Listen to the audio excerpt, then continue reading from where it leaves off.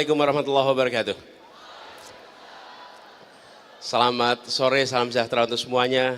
Terima kasih para panelis di sini, teman-teman mahasiswa semua yang memilih hadir, memilih bersama-sama memikirkan untuk Indonesia ke depan, karena masa depan adalah milik dari teman-teman semua di sini. Anda punya lebih banyak besok daripada kemarin, karena itu pemilik besok itu harus ikut menentukan dan memikirkan sama-sama. Kami hadir di sini untuk berdiskusi, berpikir bersama dengan teman-teman semua.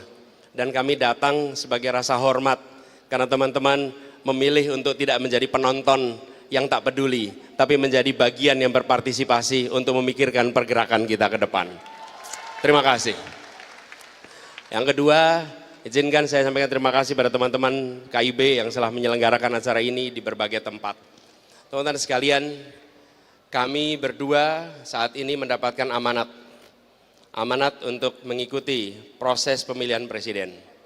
Amanat ini adalah amanat yang besar, tapi insya Allah tidak berat. Seperti tadi, capek atau tidak, berat ringan itu soal perasaan.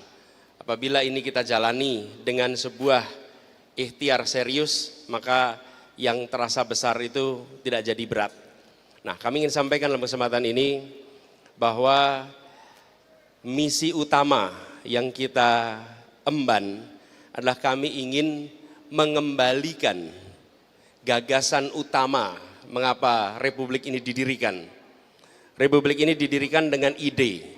Para pendiri Republik ini adalah kaum intelektual yang memiliki pengalaman perjuangan, mengalami beratnya kolonialisme, punya kedalaman intelektual, punya wawasan yang luas, yang mampu menerjemahkan pengalamannya, observasinya, cita-citanya menjadi sebuah gagasan untuk Republik baru yang bernama Indonesia.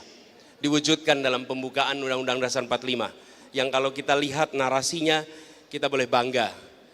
Indonesia memiliki narasi cita-cita kemerdekaan, tujuan kemerdekaan, janji kemerdekaan, yang bila dibandingkan dengan negara-negara lain, maka Indonesia bisa dibilang paling memiliki konstitusi, gagasan yang luar biasa. Nah, apa gagasan utamanya? Dalam hemat kami, mengapa kita mau merdeka, mengapa kita berjuang untuk merdeka? Karena kita ingin merasakan keadilan, kita ingin merasakan kemakmuran untuk semuanya. Itulah yang kemudian menjadi visi kita, misi kita. Indonesia adil makmur untuk semua. Karena yang kita saksikan selama ini, Indonesia yang maju untuk sebagian, Indonesia yang makmur untuk sebagian. Ketimpangan ada di mana-mana. Karena itu kita ingin mengembalikan tujuan utamanya yang selalu kita bacakan di dalam upacara-upacara. Apa itu? Sila kelima, keadilan sosial bagi seluruh rakyat Indonesia. Inilah gagasan utama kami. Karena itu kami ingin agar semua langkah-langkah, semua kebijakan ke depan bisa menjawab pertanyaan paling sederhana. Apakah sebuah kebijakan menghadirkan rasa keadilan atau tidak? Di situ political economy akan muncul. Siapa dapat apa, berapa besar, kapan, di mana dalam setiap kebijakan yang disusun. Itulah sebabnya kita ingin memperjuangkan itu. Termasuk ketika kita bicara tentang aspek-aspek. Ada pendidikan, ada kesehatan, ada pembangunan infrastruktur, ada bicara tentang lapangan pekerjaan. Maka satu pertanyaan itu bisa digunakan untuk berbagai aspek. Dan ketika ini dipakai, kami yakin bahwa arah dari Republik ini kembali kepada arah untuk menghadirkan kesetaraan, menghadirkan kesamaan kesempatan, dan harapannya bisa memangkas yang disebut sebagai ketimpangan yang hari ini ada. Ketimpangan apa? Jawa luar Jawa, desa dengan kota, ketimpangan antara mereka yang terdidik, tak terdidik, yang dapat pekerjaan dan yang tidak dapat pekerjaan. Ketimpangan-ketimpangan ini sudah berjalan panjang.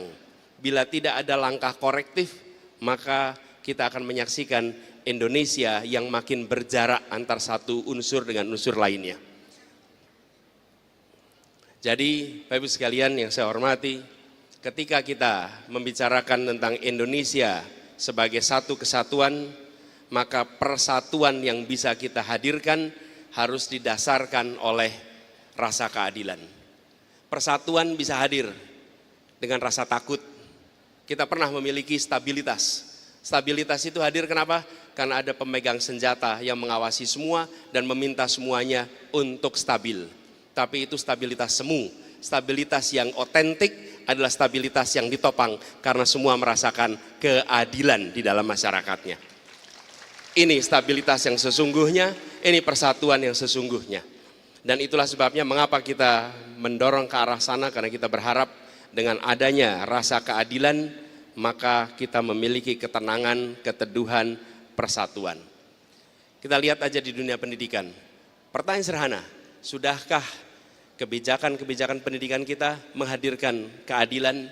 Sudahkah kesempatan yang sama bagi anak-anak dari keluarga yang latar belakang ekonomi kuat, latar belakang ekonomi menengah, dan latar belakang ekonomi lemah, apakah mereka memiliki kesempatan yang sama untuk mendapatkan pendidikan berkualitas di seluruh Indonesia? Bila jawabnya belum, itu adalah salah satu agenda perubahan yang kita ingin dorong. Jadi, pertanyaan sederhana itulah yang kemudian akan menjadi pegangan.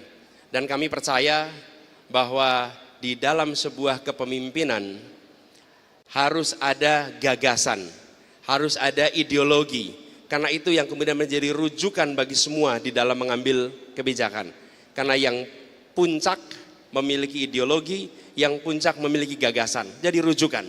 Tapi bila di puncak tidak ada gagasan, maka semua bisa mengambil kebijakan apa saja. Bila di puncak tidak ada ideologi, maka yang di bawah akan bisa mengerjakan apa saja tanpa arah. Kita harus mengedepankan, dan ideologi itulah yang kami bawa, ideologi dan gagasan itu yang kami emban. Insya Allah dengan begitu kita bisa meraih yang kita cita-citakan. Indonesia adil dan makmur untuk semua. Terima kasih, nanti kita berdiskusi lebih jauh. Assalamualaikum warahmatullahi wabarakatuh.